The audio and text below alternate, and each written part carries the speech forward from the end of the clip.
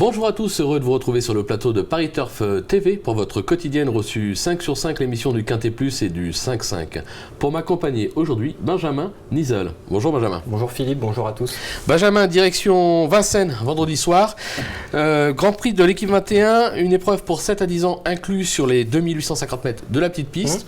Les deux dernières fois que vous êtes venus sur ce plateau, vous nous aviez indiqué le 5-5, jamais 203, on va essayer de faire aussi bien. On va essayer. Surtout que la course, on va dire on court à 8, ça a l'air limpide. Ouais, on court à 8, en plus les chevaux s'élancent tous du même échelon de départ, donc logiquement les meilleures valeurs devraient tenir les premiers rôles. Eh ben on va voir justement si vous les avez placés en tête, ces meilleures valeurs, on vous écoute. Alors j'ai placé en tête le 16 Uccello Someli, devant le 6 Too Much Blue, l'As Urac de Valforgue, le 2 Saint James, le 13 Hugo Linviel, le 3 Ulysse du Ravary, le 8 Théodéra et le 10 Utopiste. Ok, on va rebondir tout de suite sur votre favori, le numéro 16 Uccello Someli. Un superbe engagement à 410 € de l'élimination, ça sent véritablement la course visée, logique de le placer en tête. Oui, tout à fait, le cheval était absent de la compétition depuis le 17 novembre dernier. Maintenant il a 3 parcours dans les jambes, ça sent un peu comme vous venez de le dire, la course visée à 410 € de l'engagement. En 3 tentatives sur le parcours, le cheval s'est imposé à 2 reprises. Donc il a prouvé son aptitude au tracé.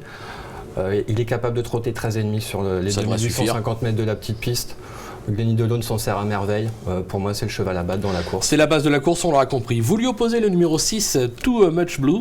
Un cheval qui possède des moyens, certes. Maintenant, dans cette catégorie, il n'a jamais véritablement brillé. Ça n'a pas l'air de vous inquiéter. Non, enfin, dans la catégorie des quintets, face à des chevaux de cet acabit, il a déjà montré qu'il pouvait rivaliser. Il ne faut pas oublier que c'est un cheval qui a été écarté de la compétition pendant 1 an. C'est clair. Que là, il retrouve peu à peu ses bonnes sensations. La dernière fois, c'était encourageant à Rambouillet, c'était sous la pointe de son mentor.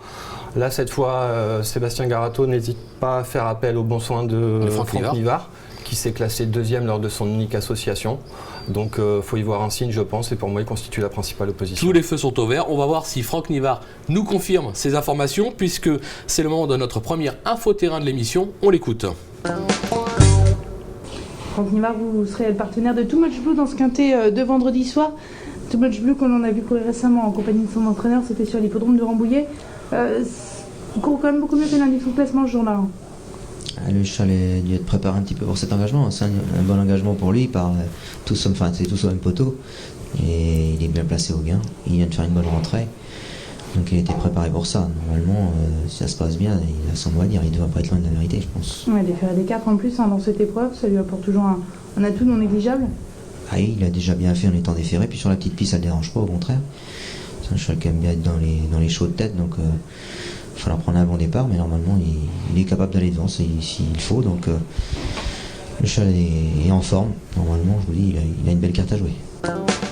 On va pas rebondir sur ce que vient de dire Franck Nivard, c'est la confiance, on l'aura compris. On va directement passer à votre 3e choix, le numéro 1, Urac de Valforgue. Alors lui, c'est pas compliqué. 24 sorties depuis ses débuts. Ok, 19 victoires, tout est dit ou presque, c'est impressionnant. Et en plus, il s'est placé 2 fois sur le podium. Donc voilà, c'est 21 sur 24 sur le podium, on va dire. C'est un cheval qui est capable d'adopter toutes les tactiques, il est capable d'aller devant comme de prendre le train à son compte. Il a toujours été estimé par Franck Anne. Il s'est placé lors de son unique tentative sur le tracé, donc il a déjà prouvé également son aptitude. À Laval, lors de sa rentrée, il s'est imposé plaisamment. Je crois d'ailleurs il y a une petite course. Justement, vous nous parlez de Laval, on parle de 19 succès, on va quand même vous en montrer un. Notamment, c'était à Laval le 16 février dernier, le prix d'Avenières. Donc on le voit, là il est en tête, devant et méchant comme on dit. Voilà. Vous voyez le cheval cerclé. Franca ne bouge pas. Non, il bouge pas le cheval, et le cheval va en prendre jusqu'au poteau. Et plus le poteau approche, plus le cheval en prend. Voilà, tranquille. Franchement, on aime gagner des courses comme ça. C'est une victoire désinvolte. C'est un rêve pour ses propriétaires. Là, on est sur la petite piste. On est d'accord que le tracé de Laval, la petite piste plate, il pourrait prendre la même tactique. Et puis là, c'était sa réapparition. Ensuite, il a recouru sur l'hippodrome de Laval, c'était récemment.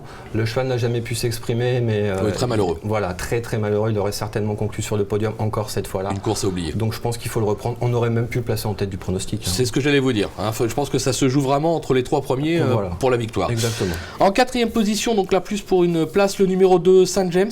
Alors, une seule tentative sur ce parcours, c'était dans cette même catégorie, donc sur ce même tracé, on vient de le dire, à la clé, un succès.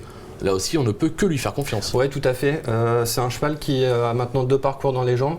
Lors de ces 2 parcours de remise en condition, le cheval était présenté ferré. Là, son mentor n'hésite pas à le déferrer des 4 pieds. C'est un signe. Il fait appel à Pierre Vercruys. Moi, je pense que ça peut être le trouble fait en puissance pour le 4e cheval qui va peut-être s'immiscer pouvoir dans les venir 3 premiers. arbitrer les débats. Ouais, Pourquoi pas? Parce qu'à l'issue d'un parcours limpide, après, c'est un cheval qui peut finir très vite. Donc voilà, pour moi, c'est un pari très amusant en tout cas. Eh ben, on va vous suivre en confiance. On conclut avec le numéro 13, Hugo Lavielle. Alors, c'est un cheval qu'on connaît essentiellement sous la selle. Ouais. Maintenant, quand il court à l'attelé, c'est jamais pour rien. En général, il est pas loin de la gagne. Donc là aussi, il faut s'en méfier. Bah, en effet, la dernière tentative, c'était le 2 avril. Il a couru à la Capelle attelée, il a gagné. Voilà, c'est dit. Donc il n'y a pas de souci. Le cheval, depuis, est resté en excellente condition. C'était assez récemment, donc je pense que son mentor n'a fait que de l'entretien depuis cette épreuve. Il a fait appel aux bons soins de Damien Beaune, qu'il a pris à 3 reprises. Il s'est classé 2 fois dans la bonne combinaison. Il est déféré des postérieurs pour la première fois. Ouais, attention. Donc ça peut être aussi quelque chose de marrant. Autant il a déjà été déféré des 4 pieds, là c'est des postérieurs pour la première fois. Bon, c'est un cheval qui a tout à fait sa place à l'arrivée d'une épreuve comme ça, mais plutôt pour les accès. Oui, plus pour les places. Pour la gagne, ça a l'air plus compliqué, mais enfin bon, après on peut être surpris. Déférer des postérieurs pour la première fois, ça peut avoir son effet. Exactement. Exactement. C'est le moment de quoi? Notre deuxième infoterrain, puisque Michel Burgiot a été à la rencontre de Mathieu Abrivard, qui sera le partenaire d'Utopisme, le numéro 10, que vous avez placé en 8e position. On va écouter Mathieu Abrivard. C'est un cheval régulier, qui trouve un engagement intéressant sur la petite piste. Grande piste, il est moins bon, la piste plate, il va être beaucoup mieux. Donc tous au même poteau, faut réussir à bien démarrer, se poster, puis attendre. Et si le parcours est fluide et favorable, il peut prendre un accessible. Après, jouer un tout premier rôle, c'est pas forcément évident. Mais bon, son entraîneur m'a dit que le cheval était bien, donc si ça se passe bien et qu'il est sage, avec un bon parcours, eh bien, il peut prendre une bonne place. On l'aura compris, c'est pas la grosse confiance dans le clan Abrivard. Entre nous, on en a parlé un petit peu avant l'émission, vous l'avez mis en 8, un peu par défaut, surtout parce que c'était Mathieu Abrivard dans le sulky, donc on s'en méfie. Mais au départ, il y en a 7 dans la course. Avant coup, il y a 7 chevaux. On est d'accord. Mais voilà, Mathieu Abrivard, le petit parcours caché à la corde, 3e rideau, bien finir, 4-5e. Une petite place, on ramasse les morts. Voilà, il sait très bien faire. Donc, exactement. On va quand même s'en méfier. Voilà, on va élargir les jeux.